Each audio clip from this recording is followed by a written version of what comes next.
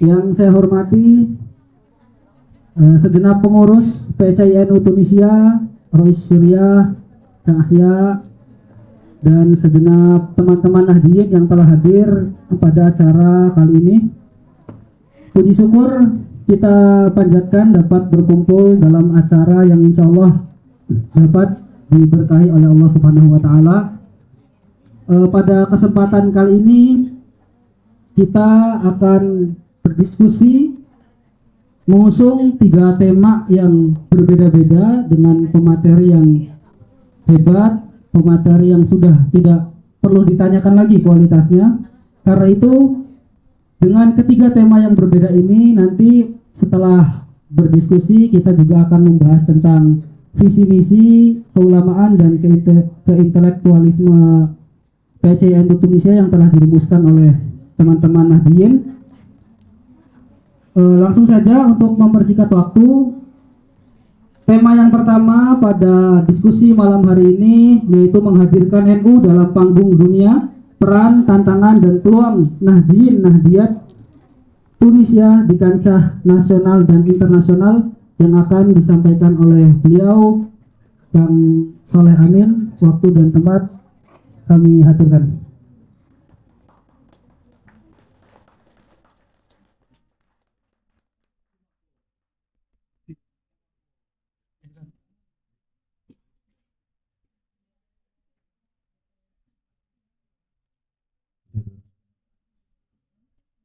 Baik, bismillahirrahmanirrahim. Assalamualaikum warahmatullahi ta'ala wabarakatuh.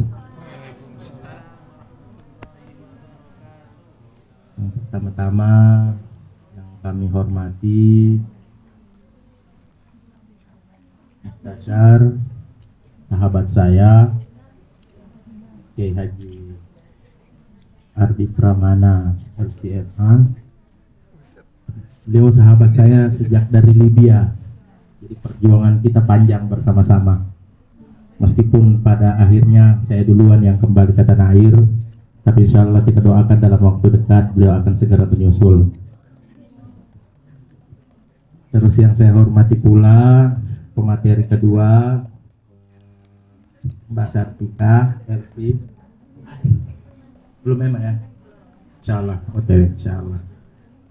Terus yang kita hormati pula Dewan Syuriah, Kang Ahya ke bawah tadi. Jajaran Dewan Syuriah, jajaran Tampivia,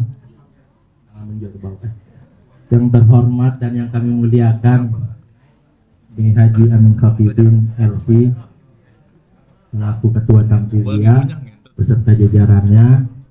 Dan yang paling kami banggakan teman-teman panitia Kumpercap yang ke-7, terima kasih sudah mengupayakan semaksimal mungkin untuk terlaksananya kegiatan Kumpercap pada tahun ini.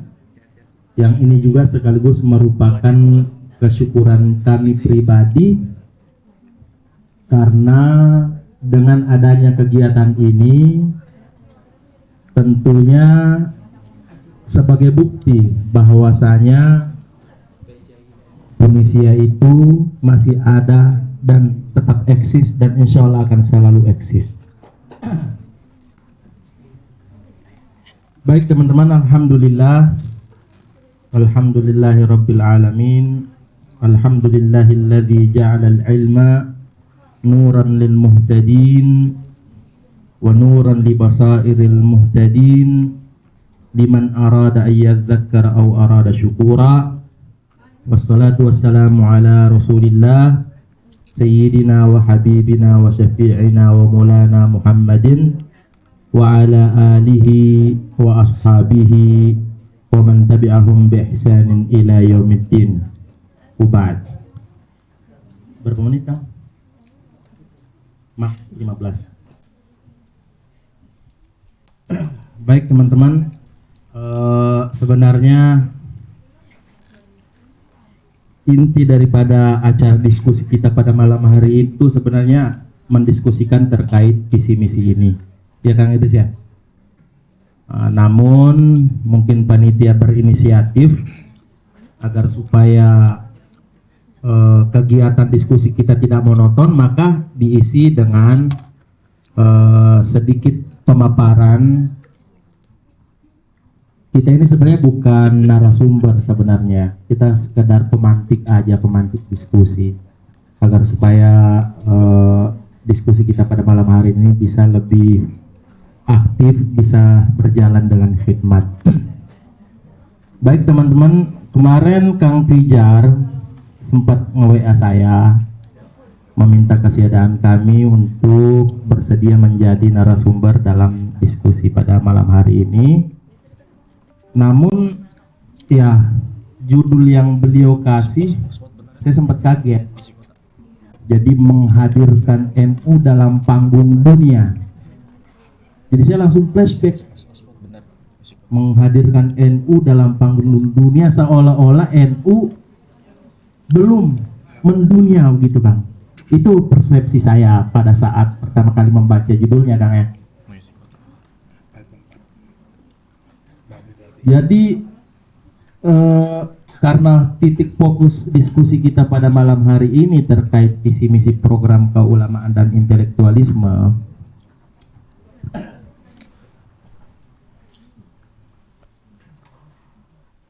ya, kalau dalam kitab Al-Aqwalun Nazirah fi Qawaidil Munazarah dikatakan hal yang paling pertama ketika kita berdiskusi atau ketika kita berdialog ataupun dalam berdebat, yang paling pertama harus dilakukan adalah tahdidul mustalah. Karya Ahmad Athaillah Al-Azhari Al-Masri. Beliau katakan hal yang paling pertama adalah tahdidul mustalah. Maka karena tema diskusi kita pada malam hari ini adalah diskusi ilmiah, meskipun sebenarnya sambil canda sambil santai, tapi kita masih tidak terlepas dari mekanisme diskusi ilmiahnya yang tadi.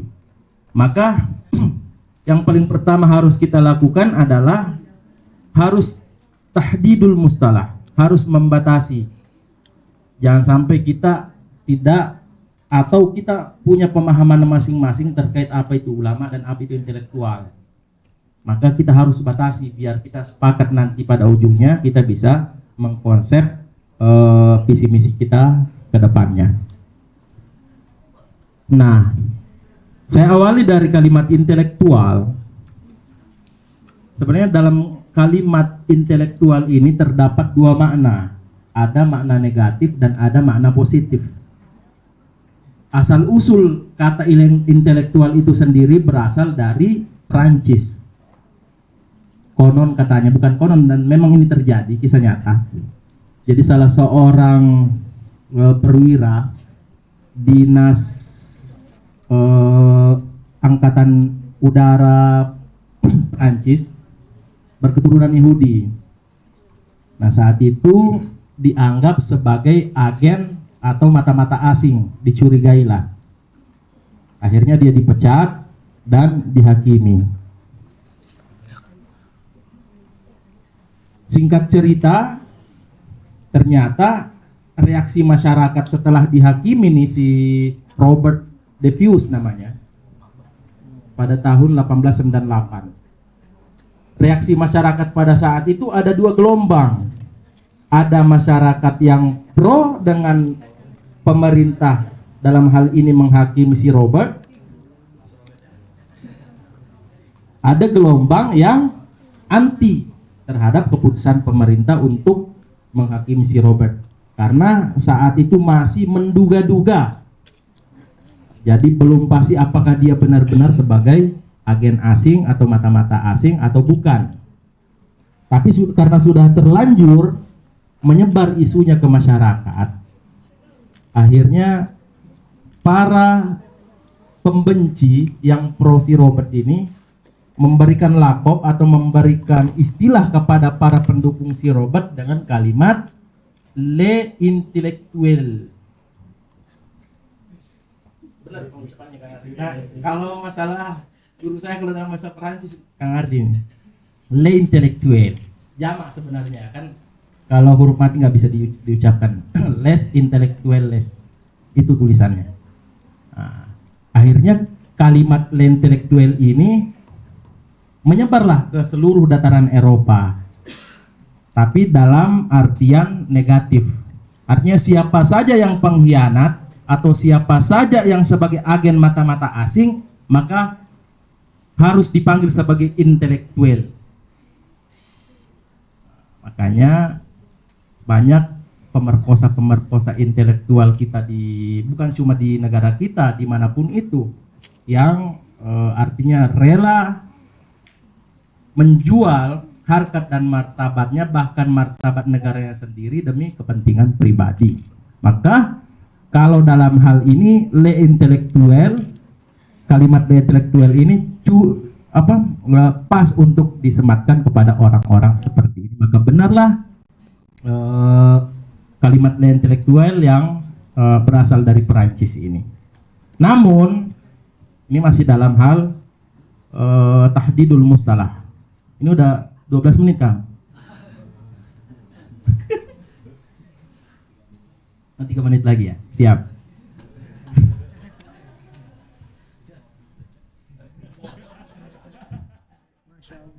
Saya nggak lama karena saya juga nggak bakal membahas panjang masalah tantangan atau peluang, karena sebenarnya masalah tantangan itu kembali kepada diri kita masing-masing. Kalau beranjak dari judul Kang ya, kita ini kita selesaikan masalah mustalah ya, selesai ya.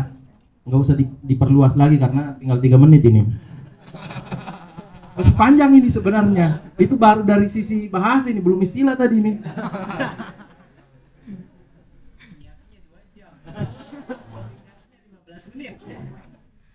Bukan 2 jam 1 minggu kan? Baik. Sebelum kita kembali ke sini, saya ingin sedikit bercerita masalah sejarah PCI kita, teman-teman ya. Bisa karena kami dan Mas Ardi termasuk 12 orang pertama yang mengkonsep berdirinya PCINU ditulis ini. Saat itu kami masih sekedar gerakan Sarkuban. Jadi belum ada organisasinya, belum ada payung organisasi, masih sekedar suka ziarah ke wali-wali, ke di mana kita tahu ada kuburan wali, kita ke sana. Yang masih sekedar gerakan Sarkuban dan tahlilan ya setiap malam Jumat. Nah, dari perjalanan sejarah berdirinya PCINU Tunisia itu dari tahun 2011 atau ya 2011-2012 lah. Bisa kami anggap bahwasanya tahun-tahun inilah masa-masa kejayaan PCINU Tunisia.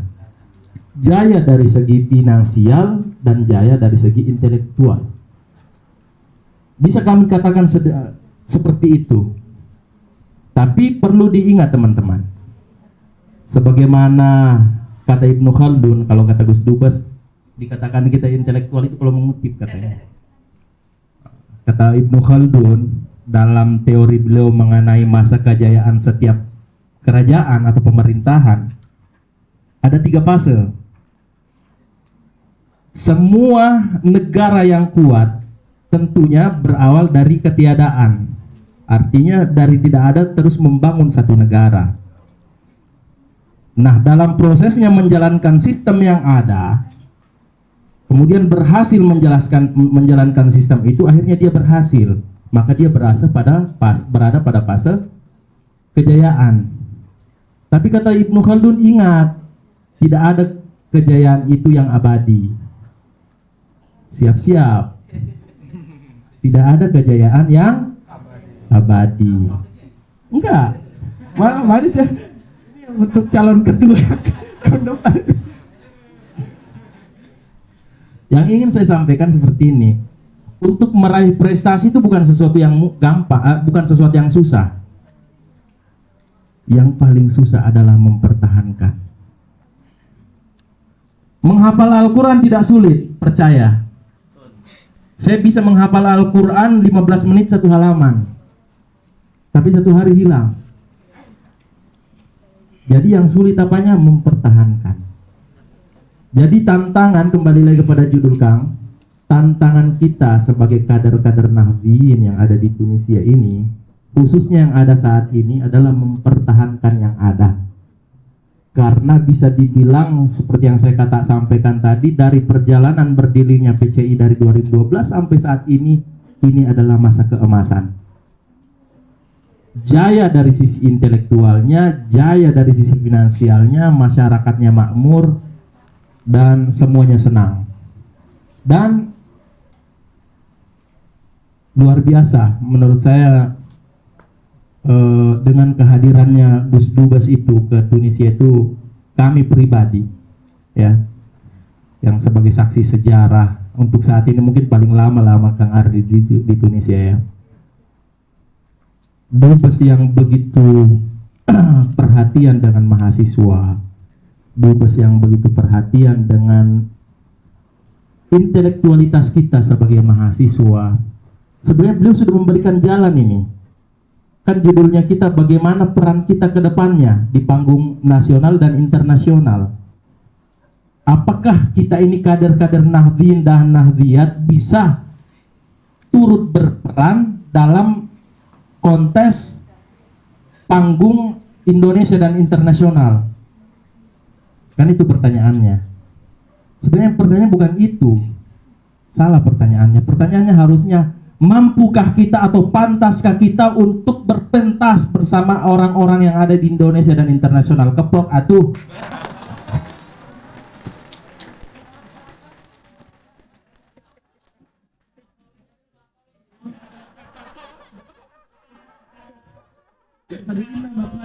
Allah.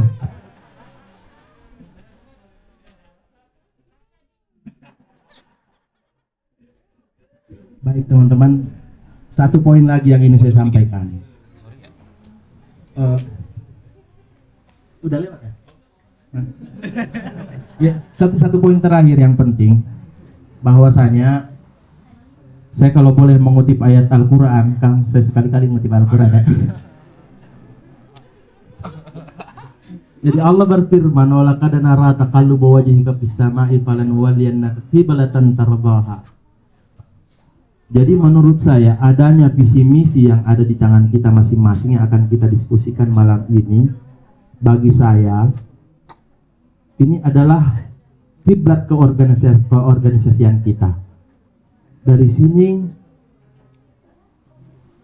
kita kiblat itu kan bukan hanya sekedar ibadah, tapi ada simbol yang filosofis yang lebih jauh dari itu, yaitu adalah persatuan. Maka di dalam GBHO ini, garis besar haluan organisasi, kita semua berada di bawahnya dan bersatu untuk menjalankan roda pemerintahan, roda keorganisasian PCNU Tunisia bersama-sama. Maka yang harus kita hidupkan adalah semangat ukhuwah nahdliyahnya sebagaimana yang Gus Dubes sampaikan tadi. Jadi tidak ada lagi ke depannya kalimat ada anggota PCNU Tunisia yang jadi benalu yang sekedar numpang hidup di PCI tapi tidak memberikan sumbangsi apa-apa. Kedepannya tidak ada lagi yang kita dengar bahwasanya ada di antara anggota PCINU yang tanda kutip saya nggak mau ucapkan terlalu kasar ya, seperti itulah yang intelektual tadi, bahasa intelektual artinya menganggap dirinya menyandangkan diri di sini tapi ternyata dia di tempat yang lain. Jadi kedepannya dengan adanya nanti insya Allah visi misi ini, dengan adanya GBHO ini, maka ada kiblat organisasi kita yang dimana kita semua berada di dalamnya, yang dimana kita dituntut untuk bersama-sama bergandengan tangan untuk menjalankan roda keorganisasian PCNU Tunisia. Dan yang terakhir,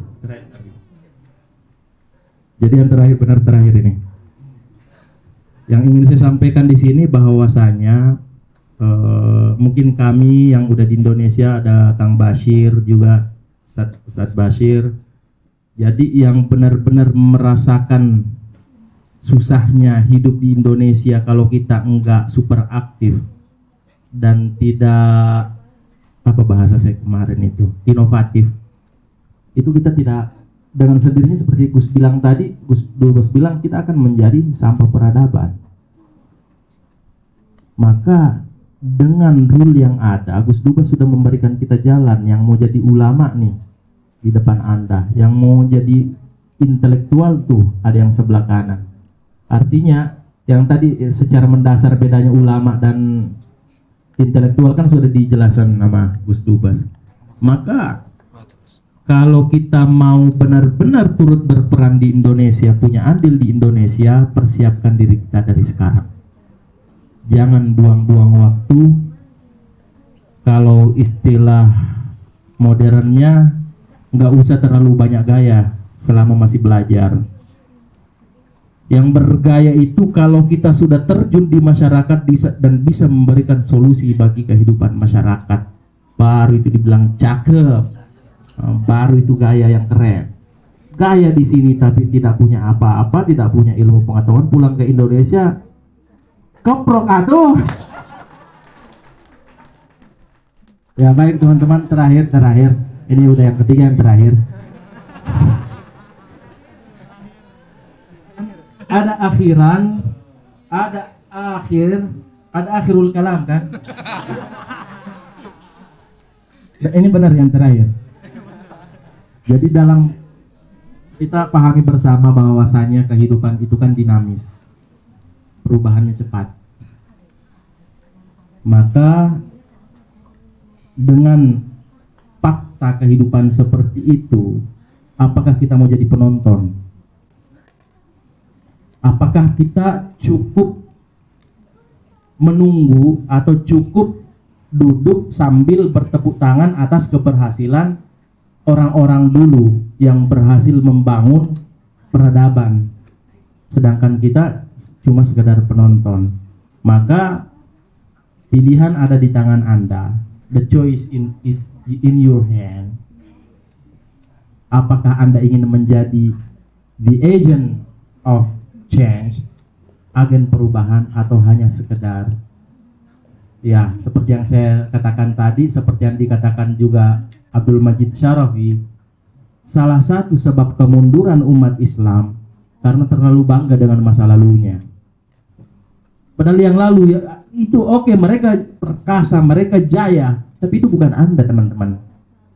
Kalau memang Anda membangga dengan keberhasilan mereka, maka setidaknya Anda harus bisa sama dengan mereka atau bisa lebih baik dari mereka. Ini yang bisa saya sampaikan. Wabillahi taufiq wal hidayah. Nallahil musta'an wal istiqlal. Assalamualaikum warahmatullahi wabarakatuh. Maaf kepanjangan.